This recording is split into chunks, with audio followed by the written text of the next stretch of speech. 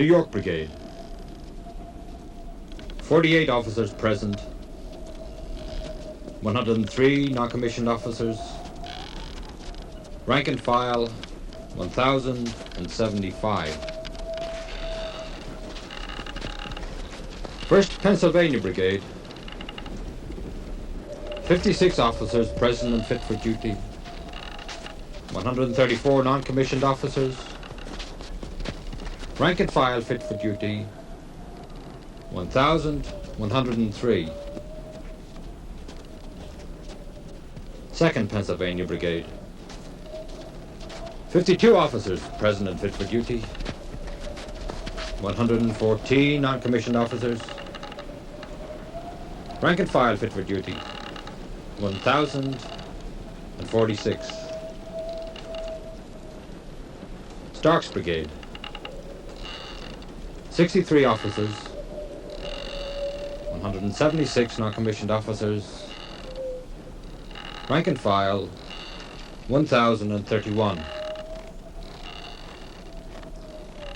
New Jersey Brigade. 68 officers present and fit for duty. 127 non-commissioned officers. Rank and file fit for duty, 1,118. Total officers and men present and fit for duty, 13,380. Close the door. It's cold enough in here. Dismissed. Colonel Tillman, I wish to report the lifeguards have completed adding 150 effectives, and their huts across the road will be finished by the week's end. His Excellency will be pleased. How are the provisions? The roads are snowbound, Tillman. Even if we could find provisions, how would we transport them? It was the worst storm I've ever seen. But His Excellency wants the Commissary General to do something about provisions. Tell His Excellency the Commissary General is doing everything he can. The general orders emphasize that ordinary guards are to be reduced as much as practicable to give the least interruption to the hutting. It'll still be a month at best before they're completed.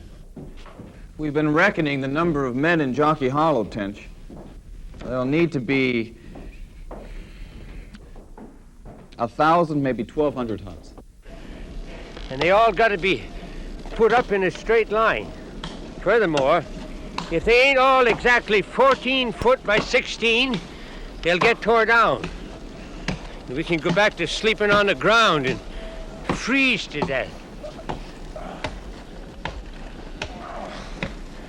Now, they've been telling us that conveniency, health, and every good consequence will result from a perfect uniformity in this camp.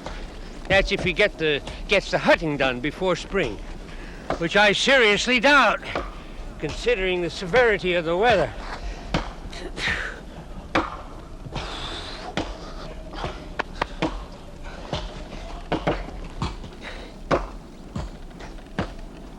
There's one thing about being an enlisted man, though. We're supposed to all be in our huts before the officers can start building their own. Then again, I might point out there's an inordinate number of officers that's already gone home on leave.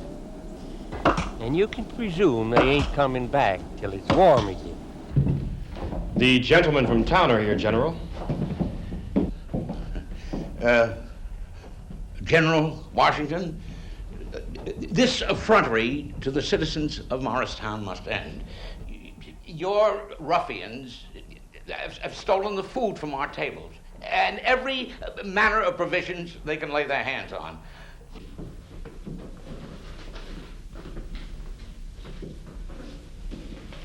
I tell you, my men have been on half rations for weeks. There's not enough left for another 3 days. We could find provisions, sir. We would procure them.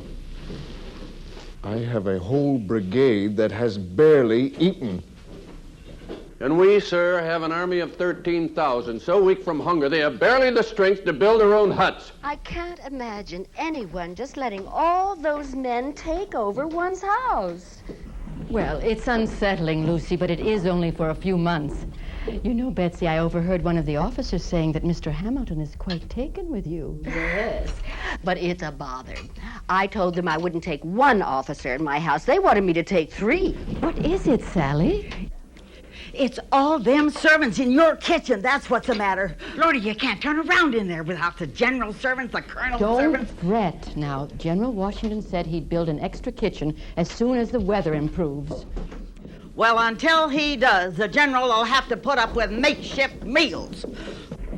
I asked the general to do his civil duty and stop his men from stealing. This is an outrage. We should petition Congress.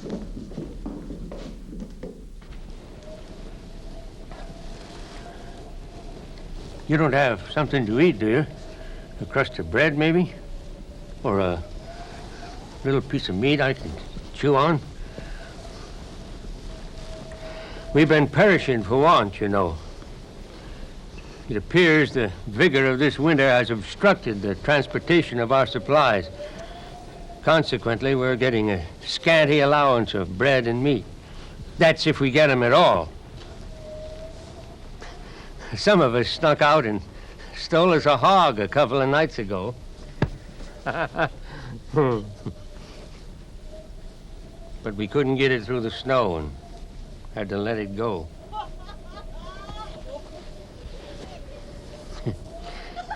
There's a few women around.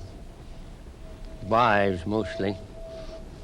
It's again the general's wishes.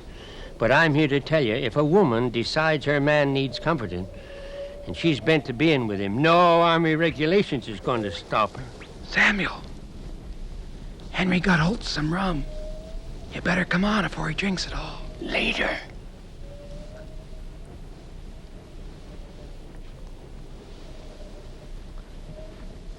Seems like we're a disreputable lot, don't it? Stealing, drinking, gambling, and consorting with such wenches as be around. We're also starving to death in the middle of a winter that's a lot worse than 2 years ago at Valley Forge. So I guess you could excuse some of our disorderliness as a matter of survival.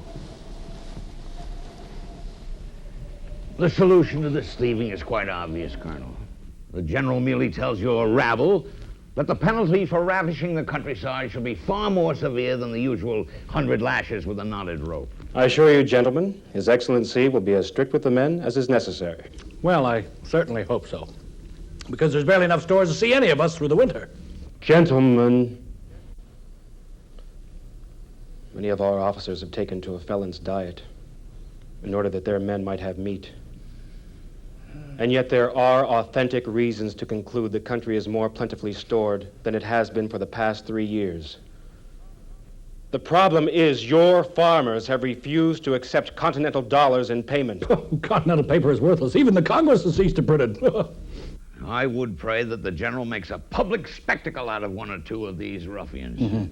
The others will quickly see the advantage of a more civil conduct. By all means, gentlemen, let us hang a few starving ruffians. Our orders are to leave tonight, if the weather holds. All soldiers will wear red and will carry muskets as well as bayonets. General Washington expects full use of the bayonet, gentlemen. And the Commissary General has procured a number of sleighs for transport. And we will follow this route. It is expected that a number of local militiamen will join us along the way. Let's hope so. And we should be here within 3 hours. We will make our crossing to Staten Island here.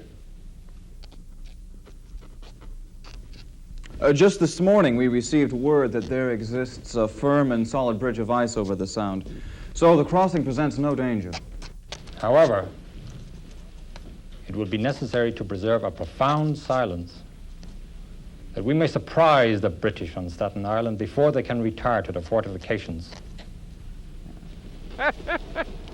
Oh, old General Sterling, he made all them careful plans to get at the redcoats on Staten Island. But it seems they knew we was coming. So all we come back with was a quantity of baggage and arms, a few casks of spirits, and 17 prisoners. Plus 500 of us was slightly froze. And 6 more was dead.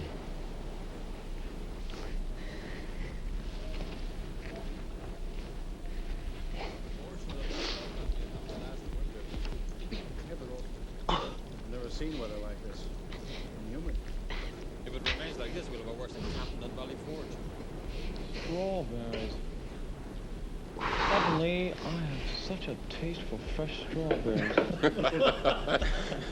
My dear Hamilton, that is an urge you'll have to contain for several months yet.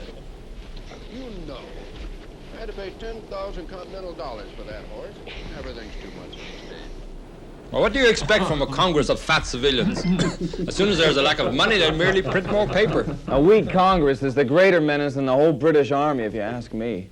Don't speak to me of Congress. Congress does nothing but debate our situation until we cease to be destitute and become desperate. Then they tell the 13 states, all of which seem to ignore Congress, that it is their responsibility to send us provisions. It's fortunate for all of us that we have His Excellency, or our cause would long have been lost. The general is an example of courage and leadership for every man among us. But I fear his trials with our civilian authorities will sap his strength. Then it is our duty, gentlemen, to stand by His Excellency with all our vigor. God bless great Washington. God bless great Washington.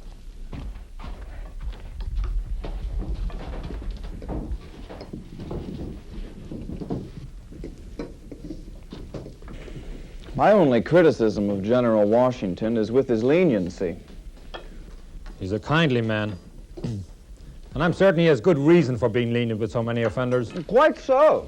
But there are those that believe that any man who steals food should be hanged.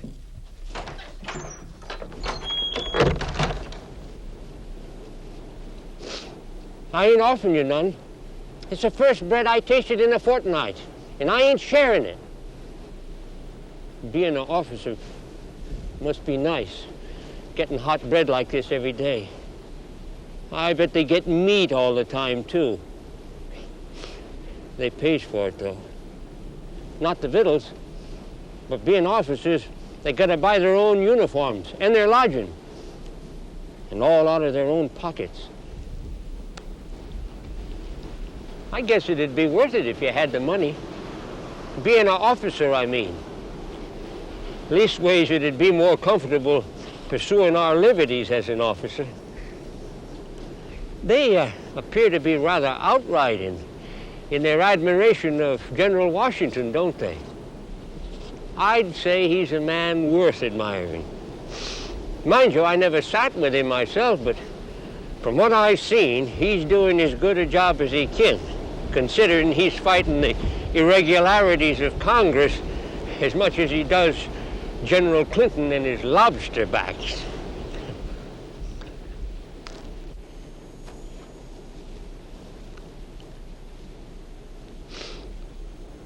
Wonder what it's like being a general.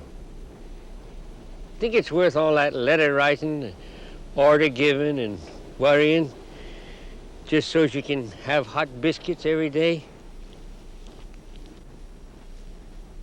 Yup, I'd say it is. Even if you do got to pay for it yourself.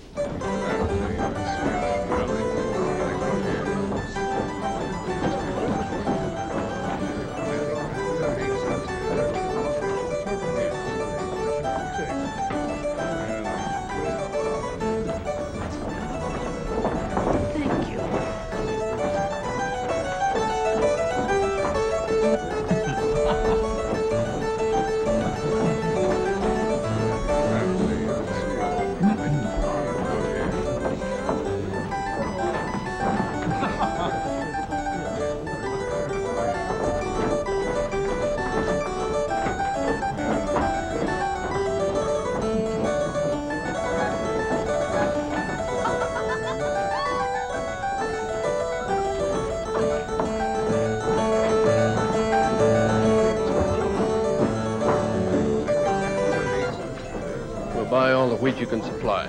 We need drivers for the supply wagons, too. And we'll pay well. In specie? Well, the British always pay in specie. You'll be paid in continental paper. And Congress will stand behind the worth of every dollar. Where's your patriotism, man? My patriotism? When the state of New Jersey requisitioned your supplies last month, I was the first to give. Then it's time to give again.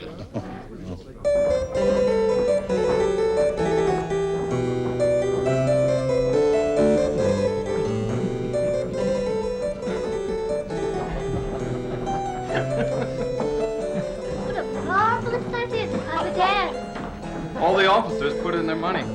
I should hope there's enough to hold several more before the spring campaign begins. 4 minute jockey follows similar music. I believe there is music, and His Excellency has just declared a holiday for the entire camp. Lovely gesture.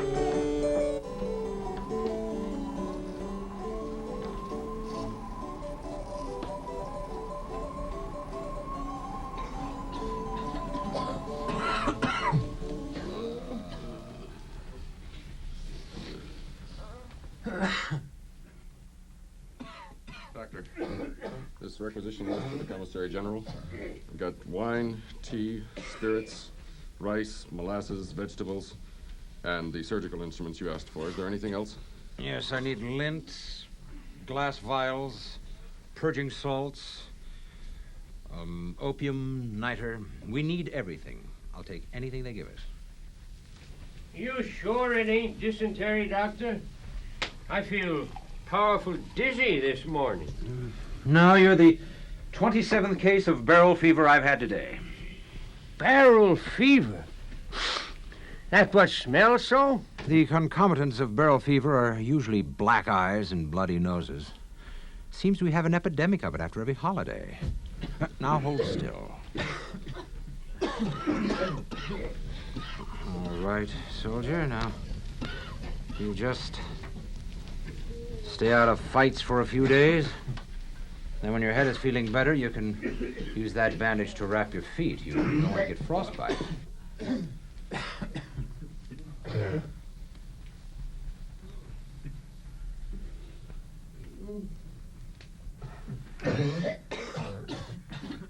Thank you, Doctor.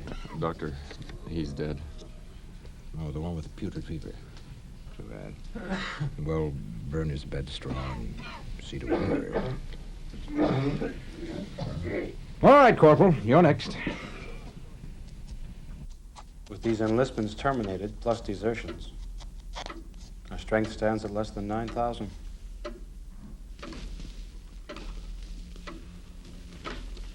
I'll wager it's closer to 7,500 by the time the spring campaign begins. Well, maybe the French fleet will come back in the spring. The French gave us troops as well. We could end this war before next winter. Provided the French could learn to speak English, so they can understand His Excellency's desires for a change.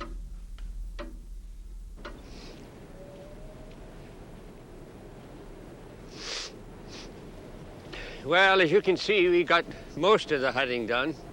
Finally. I suppose they'll go back to drilling and parading us and standing out all kinds of guards. It's the general's way of getting us fit for the coming campaign. There's still plenty of cold and misery left in this winter. But I reckon we'll survive it now. I can't say I'm looking forward to marching around the countryside this summer with all that heat and mosquitoes, even if our peace and harmony still does need to be restored. You ain't got something a man could chew, have you? No? Seems like the price of our patriotism is everlasting poverty, don't it?